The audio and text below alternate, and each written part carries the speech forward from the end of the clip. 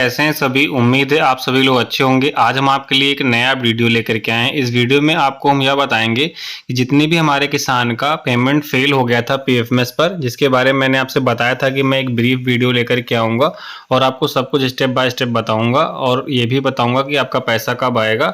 तो यह वीडियो उसी के बारे में है जिनका पेमेंट फेल हुआ है। रीज़न में लिख के आ रहा है, बैंक रीज़न में 75 जो कोड लिख के आ रहा है, उसके बारे में भी मैं अपने वीडियो में बताया था पुराने कि वहाँ पे काउंटर सिग्नेचर के लिए वो आपका पेमेंट जो है फेल हो गया था। काउंटर सिग्नेचर पेमेंट जो पीएफएमएस बैंक होती है उसने किया नहीं था। जो पीएफएमएस पर पेमेंट अपडेट होता है उसकी वजह से आपका वहाँ पे काउंटर सिग्नेचर नहीं होने की वजह से सभी लोग का पेमेंट फेल हो चुका है।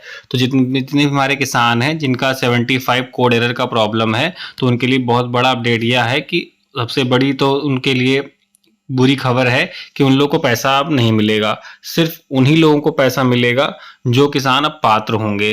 तो मैं आपको बताता हूं कि काउंटर सिग्नेचर क्यों नहीं हो रहा है और आपका पैसा मतलब कि क्यों पास नहीं करेगी गवर्नमेंट, उसके बारे में मैं बताऊंगा। तो आप लोग वीडियो को पूरा देखिए ताकि आपको समझ में आ सके।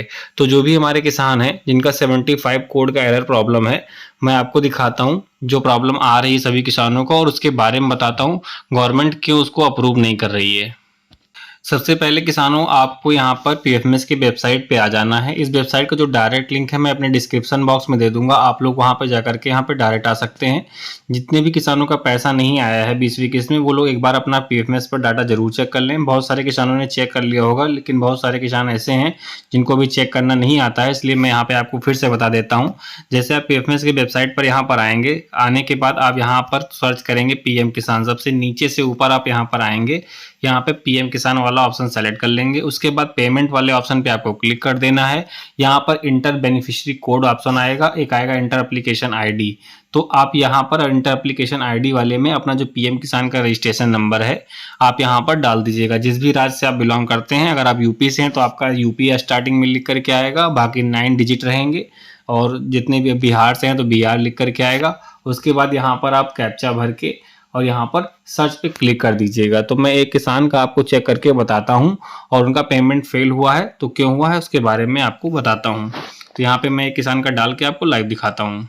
यह देखिए किसान भाइयों, मैंने यहाँ पे एक किसान का चेक किया है, यही प्रॉब्लम आ रहा है, क्रेडिट फेल्योर। यहाँ पे बैंक रीजन 75 फेल्योर लिख करके आ रहा है और bank reason this for failure लिख के आ रहा है, transaction has been cancelled by the user. यहाँ पर ये प्रॉब्लम आ रहा है। तो जिसके बारे में मैंने आपको वीडियो बनाया था और वहाँ पे ये बताया था कि काउंटर सिग्नेचर नहीं हुआ था, इसीलिए आप लोग का पेमेंट फेल हुआ है। और ये मैंने विभाग से पता किया है, कृषि विभाग से पता किया है और पीएफएमएस डिपार्टमेंट से पता किया है। वहाँ पर उन्होंने ये बताया है कि काउंटर सिग्नेचर वो लोग दोबारा से इसलिए नहीं करेंगे क्योंकि कृषि विभाग में जितने भी ऑल इंडिया एग्रीकल्चर डिपार्टमेंट ने क्या किया है, रोक लगा दी है कि काउंटर सिग्नेचर अब नहीं होगा, आप लोग का पैसा नहीं पास किया जाएगा।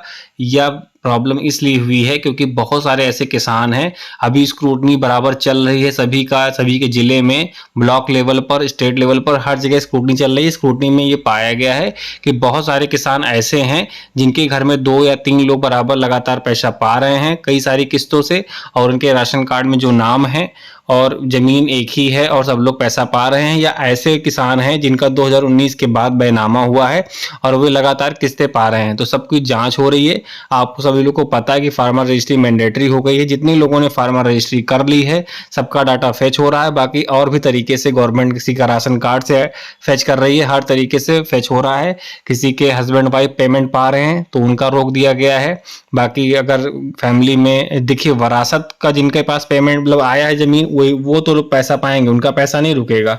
बाकी जिनके घर में 2 या 3 लोग पा रहे हैं और राशन कार्ड में नेम है तो उनका गवर्नमेंट ने यहाँ पर पैसा रोक दिया है।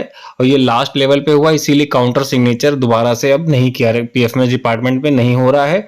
अब काउंटर सिग्नेचर तभी होगा जब आप पात्र किसान होंगे, तो इन लोग किसानों का पुराना फिर जितना पैसा रुका है वो आ जाएगा।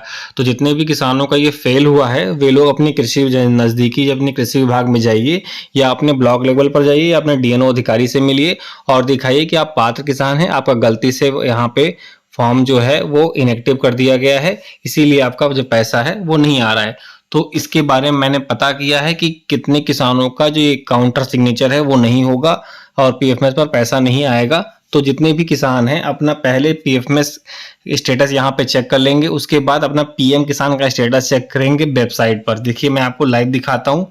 जब आप यहाँ पर वेबसाइट पर आएंगे, अपना चेक करेंगे स्टेटस लॉगिन करके रजिस्ट्रेशन नंबर डाल के, यहाँ पे आपका सब कुछ यस दिखाएगा। ऊपर स्क्रॉल करेंगे तो आपका पेमेंट प्रोसेस भी यहाँ दिखाएगा, बहुत लोग का आरएफटी दिखाएगा। लेकिन कुछ दिन बाद यहाँ पर जो ब्लैंक ऑप्शन आ रहे हैं यहाँ पर अपडेट हो जाएगा। जैसा कि पीएफएमएस में लिखा है वही चीज यहाँ पर लिख करके आ जाएगा। लेकिन यहाँ पर आप ये पता नहीं कर पाएंगे कि आपका फॉर्म एक्टिव है या इनएक्टिव है।